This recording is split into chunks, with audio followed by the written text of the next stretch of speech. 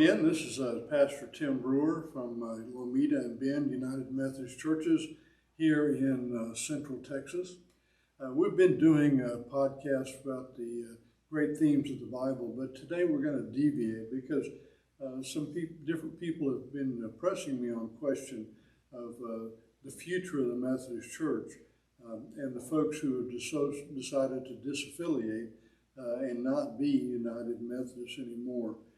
And I felt like there is a perspective that hasn't been talked about very much. I have no particular expertise except having been a member of the Methodist Church my entire life and been a pastor for many years. So I thought I'd share some of that perspective with you. I think that liberals and conservatives need each other. When I was in debate in high school, one of the things we learned is if you want to sharpen your arguments, to be ready for any eventuality or any arguments, that you had to debate against somebody else who would challenge you, somebody who would make you sure that you had your logic and your facts straight. I think that's what liberals and conservatives can do. And in the pulling back and forth, the staying together but pulling in opposite directions, that can form a middle way, which is usually the best way to go. I also think that liberals and conservatives need each other. Liberals need conservatives to remind them that there are rules and traditions that are important, that the Bible is foundational for our faith in our church. And the conservatives need the liberals to know that rules aren't so important as people are, that ministry and caring for people is one of our primary tasks, and that every generation has to have the scripture reinterpreted and presented, the faith brought to a way that they can understand, because people change over the generations. The church is not the same as it was 200-300 years ago. It needs to change, and so conservatives need liberals to remind them of that. I get tired of the arguing. I get tired of the pulling back and forth and the divisions that are happening. But I'm still here, and I'm still going to be here, and I think something good will happen out of that. I think that we're better when it's not necessary for everybody to agree. I think that we'd like to have people agree with us. We have to like people all like-minded, but no matter what institution we're part of, you're going to find people that have a difference of opinion. A new institution may feel fresh and freedom and like freedom, but eventually they'll find something to argue about. So we don't get anywhere by replacing one institution with another.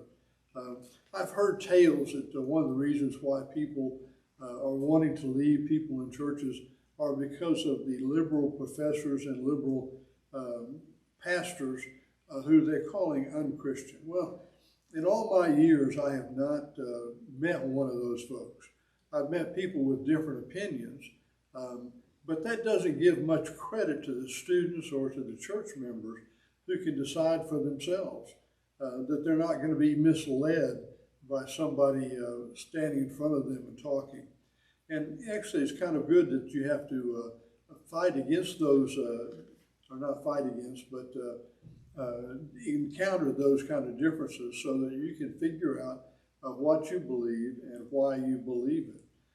In fact, I've seen over my 45 years in the ministry that the clergy have become more conservative, not more liberal. I think that's an old myth from a long time ago that doesn't really hold water. There may be occasional people that fill that category, but not very many.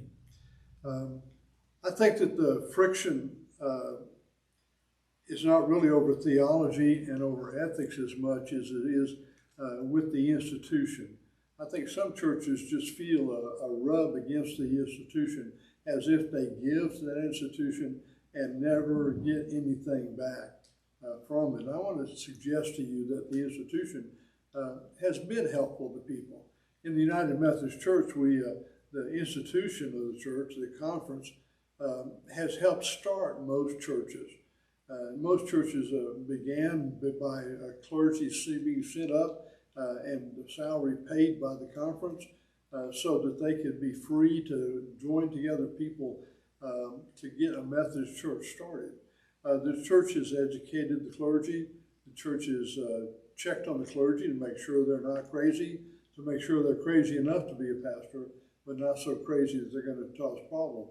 The institution also creates opportunities for us to do ministry together in ways that we would not be able to do it on our own, like the ministry in Kosovo and in Ukraine.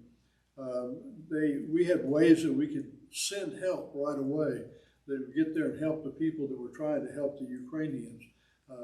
We felt frustrated because we couldn't do anything, but we could. People are there on our behalf. Some people don't follow the rules. There's always been the case. Some people don't want to do what they're told to do. Because it's somebody's not following the rules, it's not really a good reason to say that the rules don't work. I think that they can and they will over time. Institutions are slow to change, but they do, I think, come around eventually to what is good for all of us. In the meantime, I think we need to keep the main thing the main thing. We have a gospel, a life-giving gospel of Jesus Christ to present to a dying, both figuratively and literally, world, that we are lesser if we don't do that gospel, and the world is lesser if we spend time fighting among ourselves instead of doing that story. I think Paul has something to say about that, about the body. You can't throw away his part because you don't like it. We're all in this together. I think we are better together. And that's what I think the church ought to do. For those who are thinking about leaving, I ask you to consider these things before you go. I think we're better together. And I'm in this for the long haul, as are my churches.